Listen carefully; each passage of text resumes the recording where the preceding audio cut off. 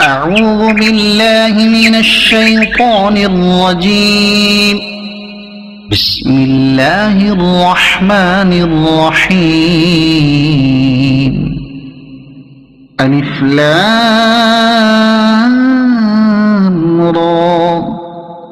تلك آيات الكتاب المبين.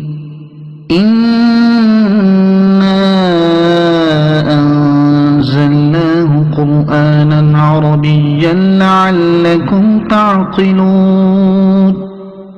نحن نقص عليك أحسن القصص بما أوحينا إليك هذا القرآن وإن كنت من قبله لمن الغافلين. إذ قال يوسف لأبيه يا أبت إني رأيت 11 كوكبا والشمس والقمر رأيتهم لي ساجدين. قال يا بني لا تقصص رؤياك على إخوتك فيكيدوا لك كيدا إن الشيطان للإنسان عدو مبين. وكذلك يجتبيك ربك ويعلمك من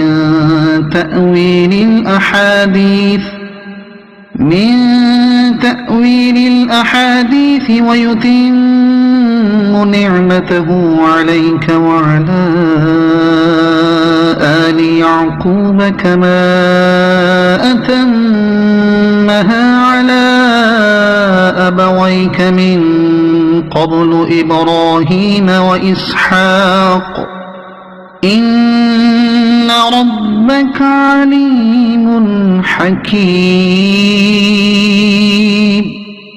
لقد كان في يوسف وإخوته آيات للسائلين.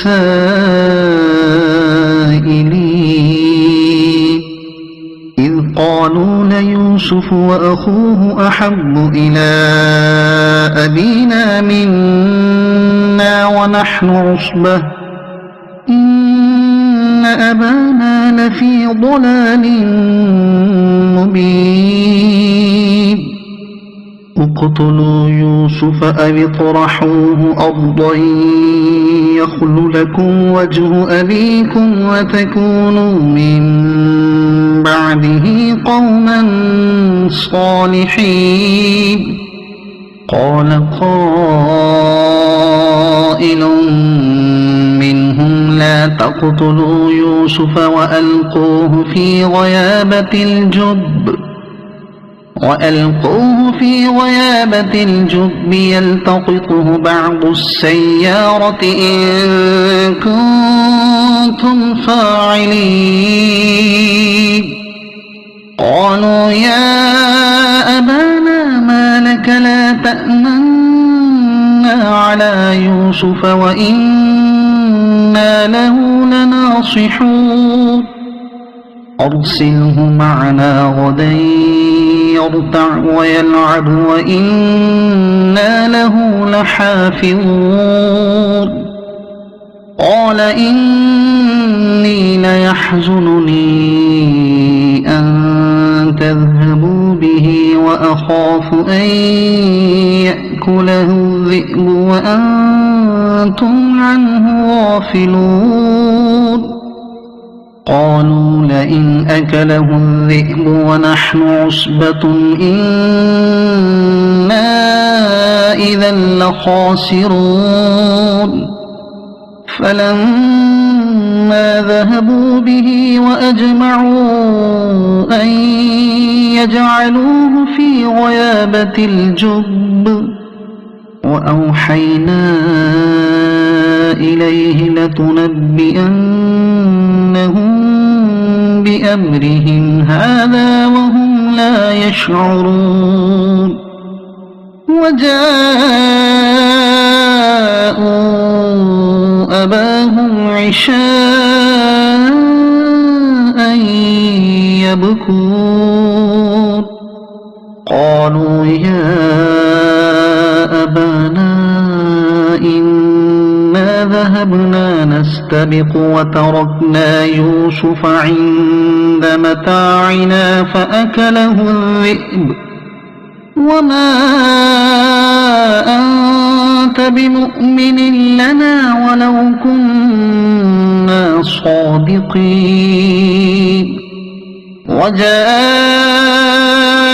على قميصه بدم كذب قال بل سولت لكم أنفسكم أمرا فصبر جميل والله المستعان على ما تصفون وجاءت سيارة فأرسلوا واردهم فأدلى دلوه قال يا بشرى هذا غلام وأسروه بضاعة والله عليم بما يعملون وشروه بثمن بخس دراهم معدودة وكانوا فيه من الزاهدين وقال الذي اشتراه من مصر لامرأته أكرمي مثواه عسى أن ينفعنا أو نتخذه ولدا وكذلك مكنا ليوسف في الأرض ولنعلمه من تأويل الأحاديث والله غالب على أمره ولكن أكثر الناس لا يعلمون ولما بلغ أشده آتيناه حكما وعلما وكذلك نجزي المحسنين وراودته التي هو في بيتها عن نفسه وغلقت الأبواب وقالت هيت لك قال معاذ الله إنه ربي أحسن مثواي إنه لا يفلح الظالمون ولقد همت به وهم بها لولا أن رأى برهان ربه كذلك لنصرف عنه السوء والفحشاء إنه من عبادنا المخلصين واستبق الباب وقدت قميصه من دبر وألف يا سيدها لدى الباب قالت ما جزاء من أراد بأهلك سوءا إلا أن يسجن أو عذاب أليم قال هي راودتني عن نفسي وشهد شاهد من أهلها إن كان قميصه قد من قبل فصدقت وهو من الكاذبين وإن كان قميصه قد من دبر فكذبت وهو من الصادقين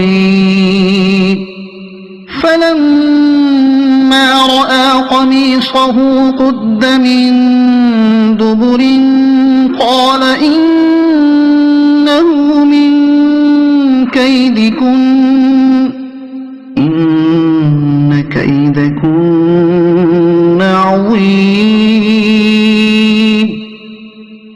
يوسف أعرض عن هذا واستغفري لذنبك إنك كنت من الخاطئين.